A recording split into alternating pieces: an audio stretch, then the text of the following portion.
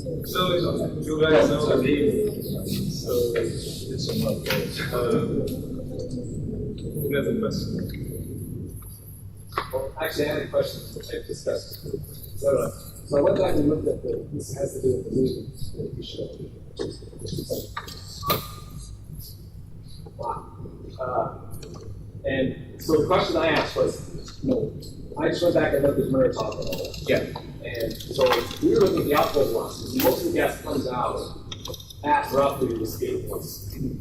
Or somewhere above there. Yeah. So it really is launched pretty dramatically. Yeah. But we see the exact same thing you do, which is goes out, waits a long time before it falls back in, meaning several gig years or more.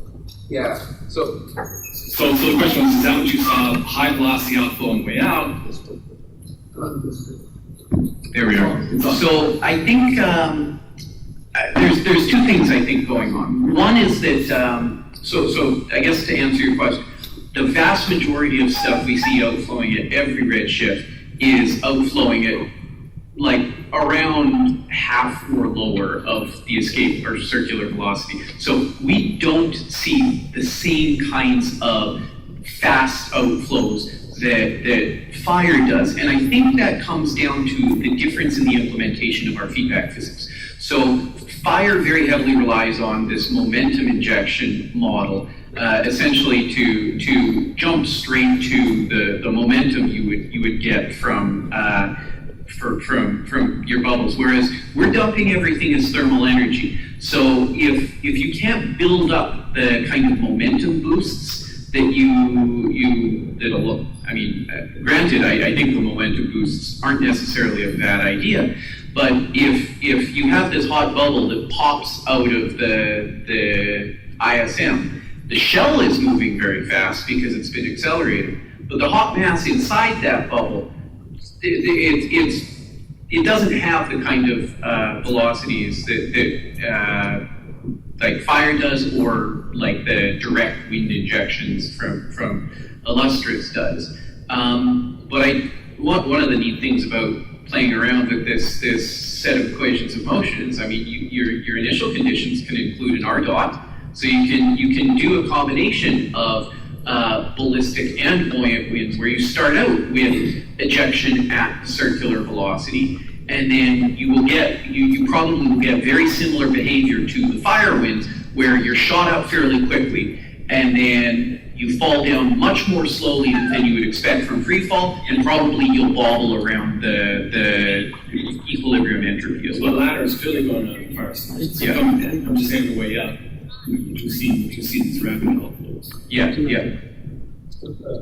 want to be pedantic for a second.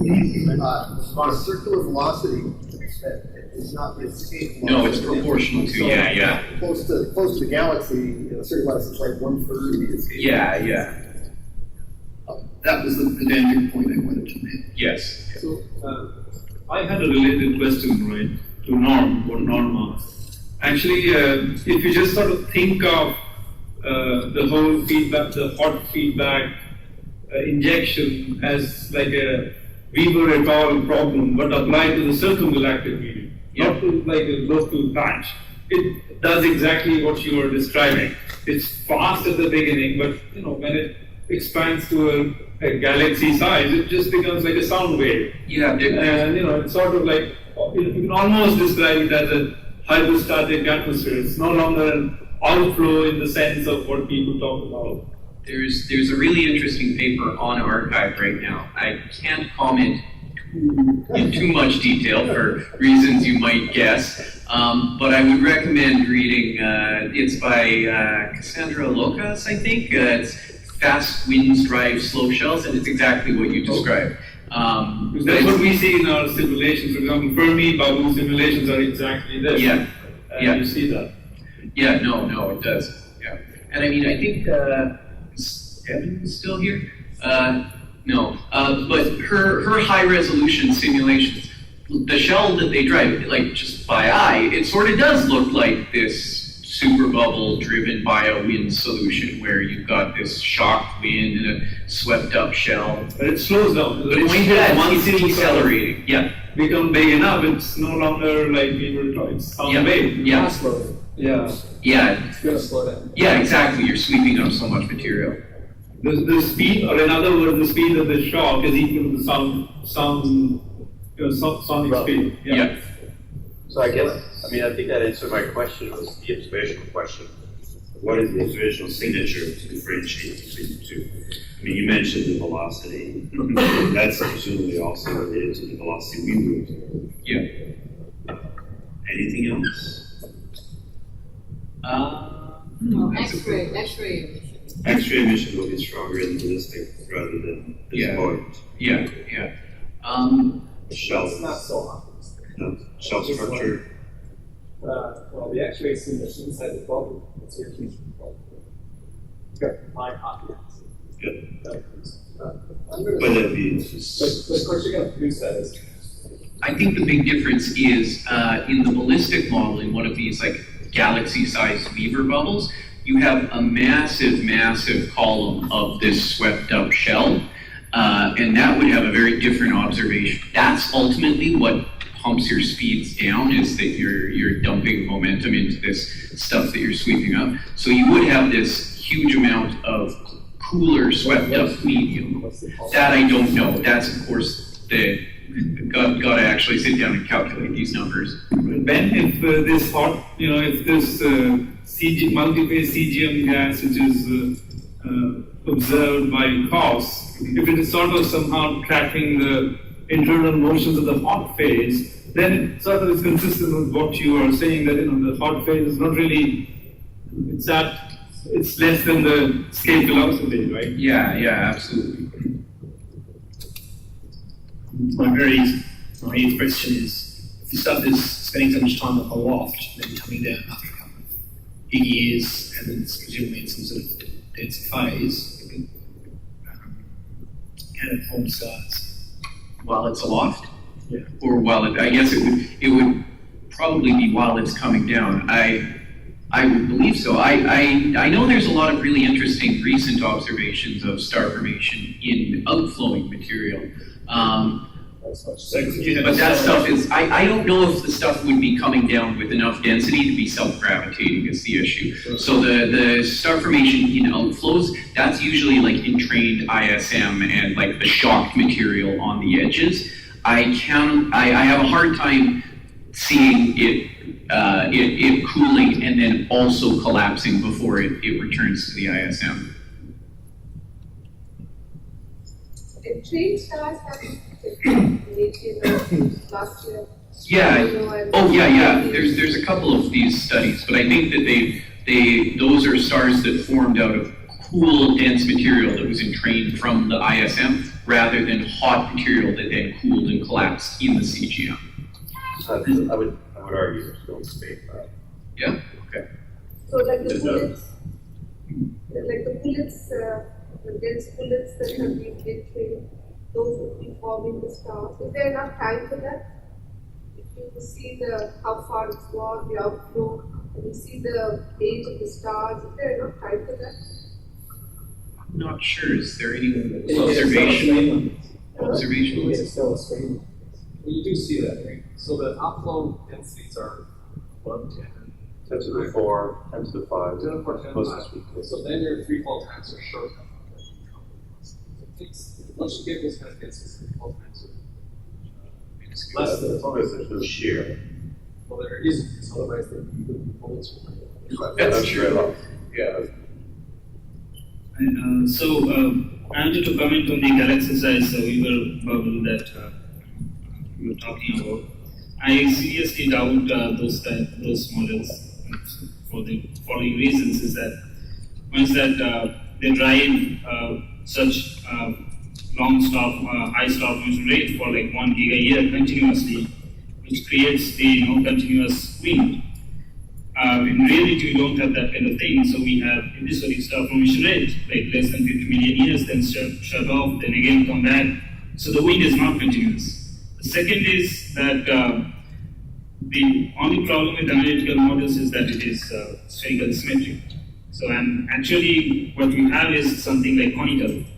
And so this Weaver modeling, big galaxy scale Weaver model is actually, in my opinion, a little doubtful to give you any kind of physical estimation. in detail, you're right, but it's qualitative. Might be a ballpark thing, upper limits at least. Right. So one thing with the spherical simulation is that the whole gas is locked inside, so it is actually driving the shell out. But if you have anisotropy, it is no longer driving the shell out. Yeah. So in that case, this is qualitatively different also. Yeah, I mean, it's like what you showed as well with the mixing. I imagine that would take place on whatever scale you're driving a bubble. Yes, agree. So, you can think about galaxy scale simulation, and you can think about what is the density of the volume filling gas. And I think there's a lot of uncertainties, and I think it's getting less uncertain with the numbers that you have here. So, and we have produced simulations in the past of disk galaxies with superbubbles in there. Where we made certain assumptions on the density of the halo and produced 10 to the 22 particles per square centimeter column density of flowing shell. And yes, they are not exactly spherical. Where you have the disk, they get a bit different. You also expect that you have some instabilities. Less for an outflowing shell because really if you're 10 kiloparsecs away from the driver regions, okay, things get a little bit smoothed out. But we haven't studied it with high resolution either. So I think there's a lot of open questions here, and maybe that doesn't answer your question completely. Well, I think that everything does scale at some level, right? So what you can do is think, okay, we're trying to do something that's highly asymmetric, where we're not really sure what the ambient density distribution is doing and so forth, and then look at the simulation that I showed today from Rogers and Pittard of a clumpy molecular cloud, where you've got it's forming those channels, etc. That was actually somewhat spherical symmetric, but you were already seeing a scenario where it wasn't following the Weaver model at all. So, it would be something intermediate in that sense. So, I have a question for you. You showed these tall box simulations of all flows. Yeah. See, I think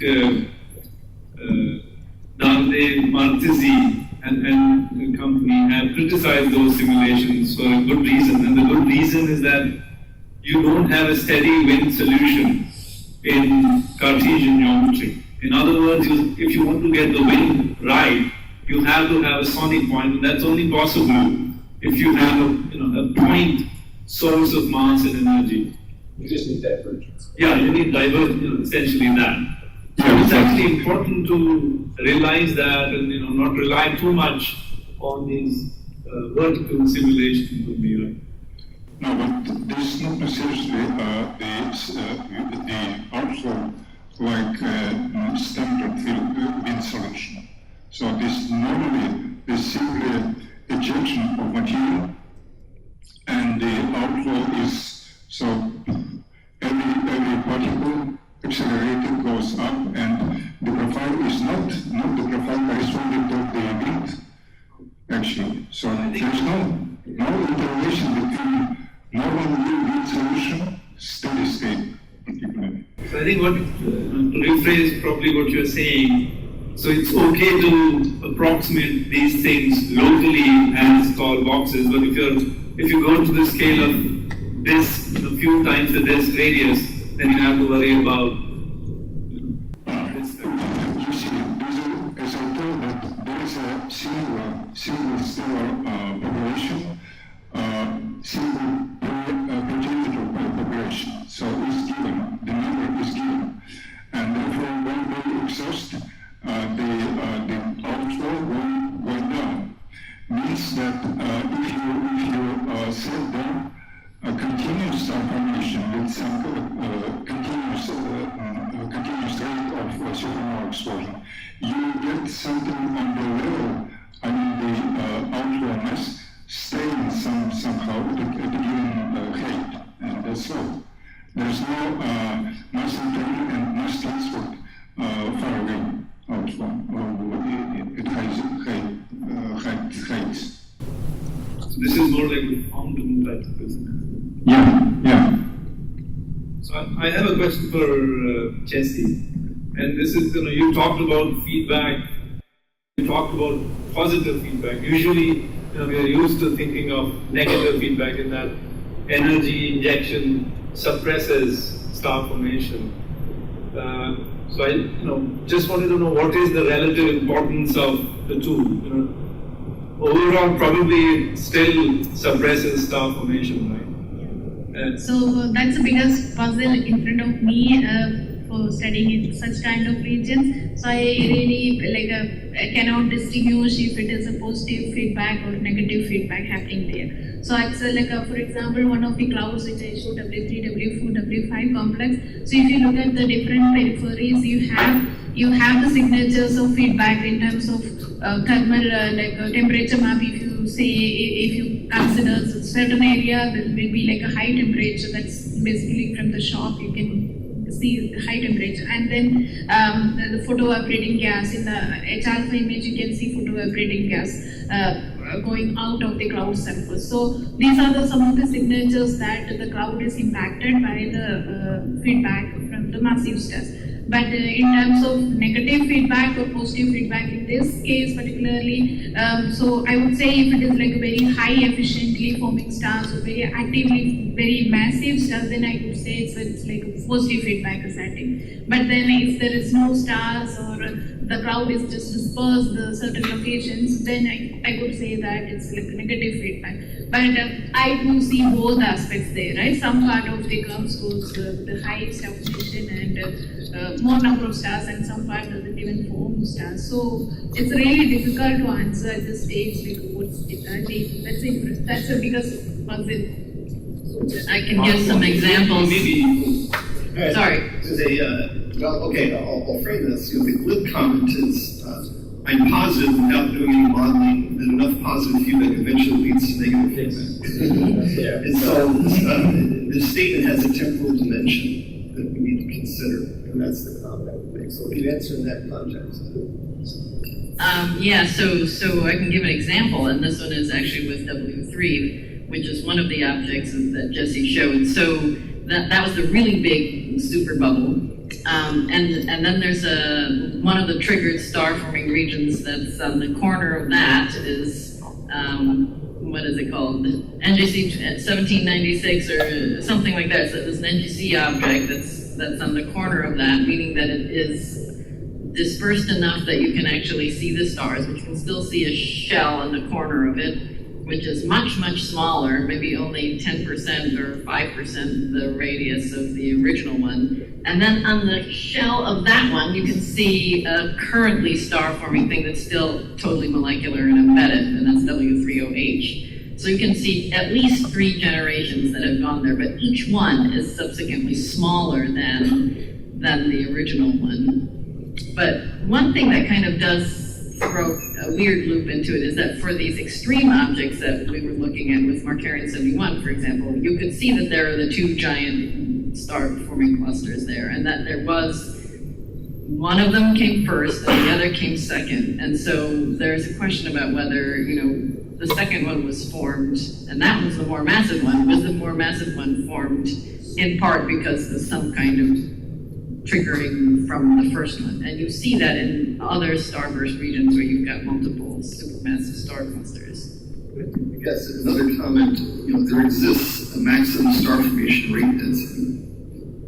So that also points to a negative feedback loop. And I don't know if we haven't really talked about that.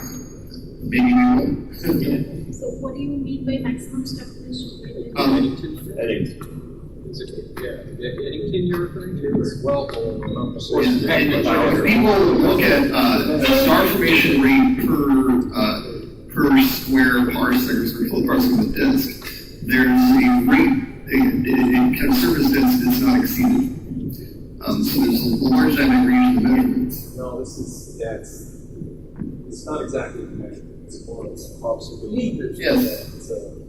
Back the envelope, folklore. Right, that sounds critical. Like people put up these fonts and say you want that stuff to cool fast enough that you can overcome that. superparts particles. Yes, Yeah. And it says what? The number 1,000. All right. All right. And then you compare that with the innovation with that cellular galaxy. That was the 1,000 was from some theory here. Yeah, just a comment concerning the maximum self-formation. Look at the Kennegaard-Schmidt relation and go to very high self-formation rate, just the right up corner. The self-formation is 10,000s of this local in galaxy. So, and the surface density, energy density flux is huge.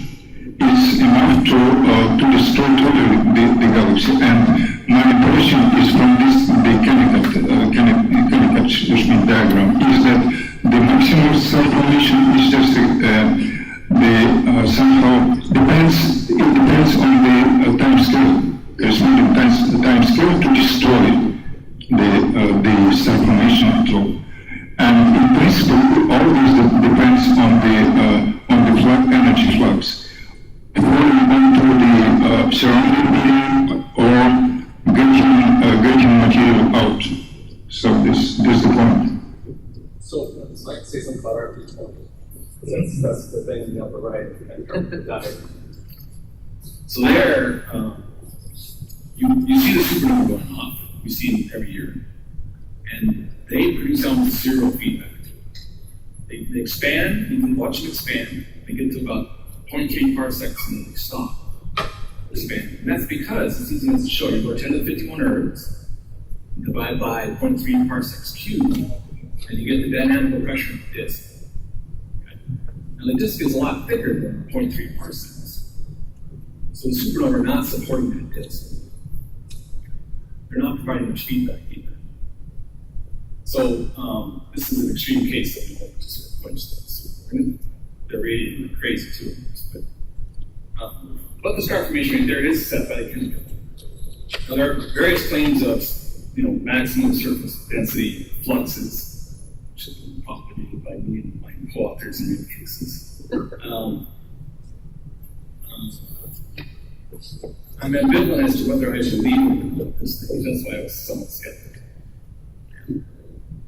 There are, some of these objects were found by Diamond Stanek and Christy Tremont were more or less right at this. But it wouldn't surprise the hell out of me if they kept to be part of the founding system. Yeah, and there's controversy about whether or not there's any kid. Yes. Very. Well, but that wouldn't matter at some point, right? Because you've got that right. It's the same light, right? I think on the first go for the fact that it's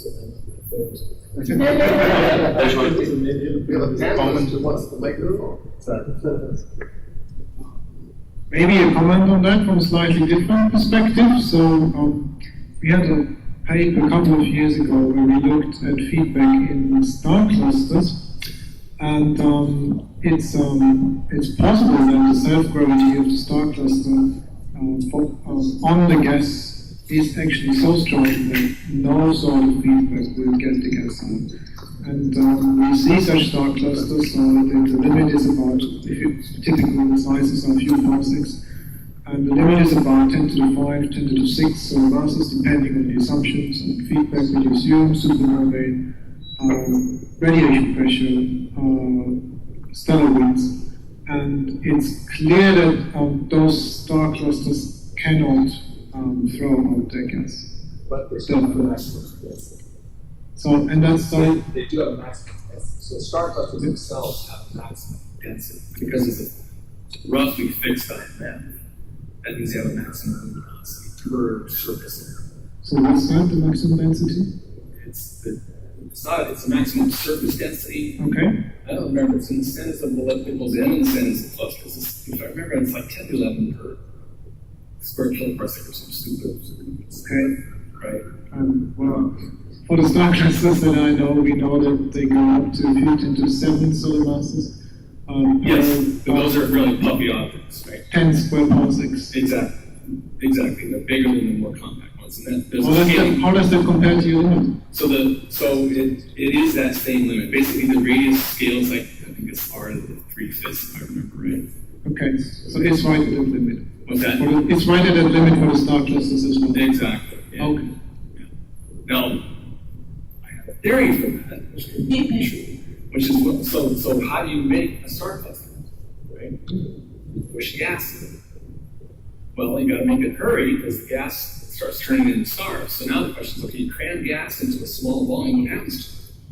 Well, mostly it radiates away until you become optically thick. The surface density is 1 centimeter squared per gram, and thereabouts. You still cram it in, but it's now the photons are trapped. The far infrared photons are trapped. So now you start to heat up. So fine, you can keep cramming stuff. That accreting object itself will reach its own Eddington limit. Okay? Because once you trap enough photons at the trap pressure equals that of gravity, you can do that, then you can't cram any more stuff in there. You just make it bigger. And that gives you that power law that you see in the sizes of star clusters. The minimum size for given bands. Whether that's actually how it works, I don't know. But that is an argument for getting a maximum surface brightness, which is not the original one we gave, which was due to the stars. Right? The luminosity from the accretion clearly early on has to be the starlight because you haven't made any stars yet. So the IMF included in this calculation? The mass to light ratio doesn't matter for the argument I just gave, because there aren't any stars. Oh, okay, got it. That's more robust than the one we gave for the stars, because I think that probably was. When things get hot enough. What sets the bump in the IMF is the question. Power law is probably just turbulence. And then why is it, that's scale free? But the IMF is not scale free, it's a mass scale. It's an old argument from Greece, if not before you. Something like that.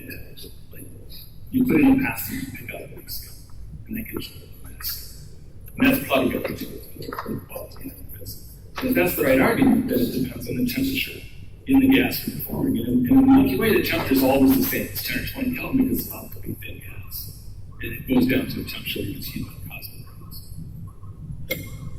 But if you make optically thin gas, optically thin to far from radiation, then you might expect that the IMF will start to repeat and change. And that would change the mass vibration. And that would change this maximum luminosity see. Possible. One other thing is that the top of the IMF might vary because people are now talking about creating these very massive stars that are more than 100 solar mass. That doesn't really help you unless you flatten it out. Yeah, but supposedly they do contribute to luminosity. Well, but once you're up to like 50 solar masses, you're at the Eddington ratio. So if you just make it bigger, it doesn't help because it's still. But if you flatten it, like in the galactic center, right? The galactic center is no damage. Right? It's very many more very massive stars. So that's one of the reasons I'm a little skeptical about this limit space stuff. Yeah, and I think that's possible because you just pointed out an example, and there are other examples where the IMF is somewhat flatter. Well, what's the point? So we get back whether it's the IMF or it's the present day. In the galactic center. Well, but once you're looking at if you're looking at a star cluster that's 3 million years old, the IMF is the PDMS. Those are more like 4 or 5. But even well, it doesn't make it. Yeah, in the galactic center. Yeah, especially in the galactic center. The nucleus. Yeah. One other thing that can vary is the star formation efficiency too. Well, something to point out. There probably are instances where the star formation is 100%. It certainly does look like it's approaching that for these super. I didn't used to believe that. Any argument is true.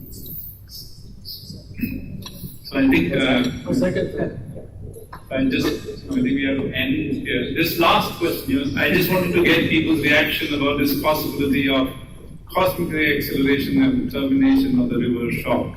So, and just overall contribution of super bubbles to cosmic ray budget and observe on Earth, is like the statement that most of the cosmic rays are accelerated in superbubbles. Does it sound crazy or not? Well, we see it observed. Yeah.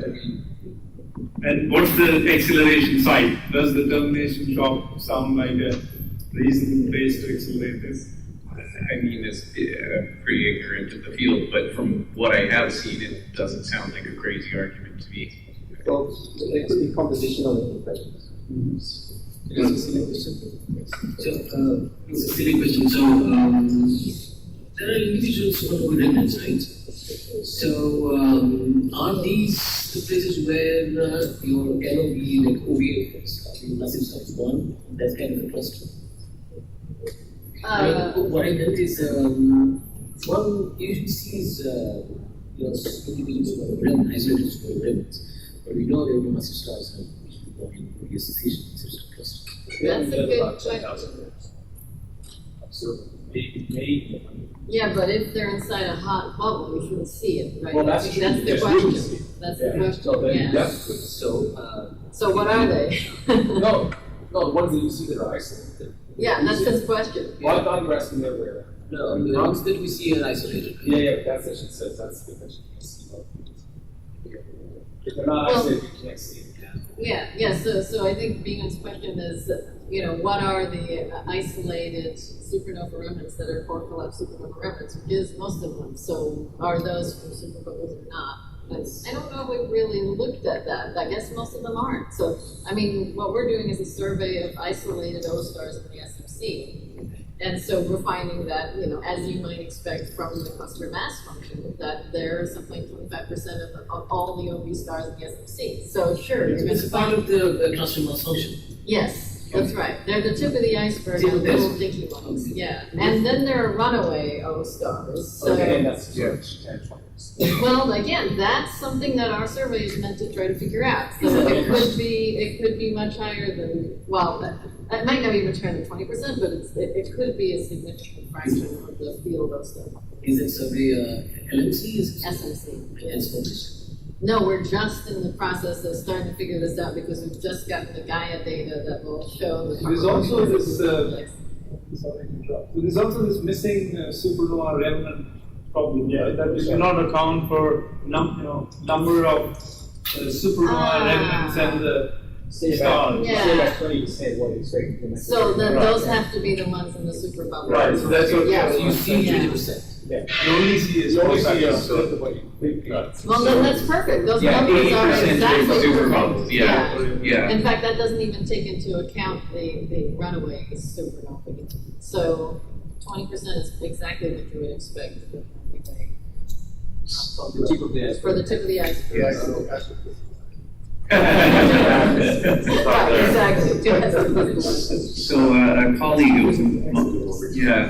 colleague of mine actually just recently published a paper with the controversial title "Not All Stars Form in Clusters," and it's exactly what you mentioned. Looking at he was using OB associations with Gaia data and essentially comparing their kinematics to what you would expect from expansion. If this gas expulsion picture is why they're unbound now versus just random orbits. And it appears that there's a good chunk of the OB associations.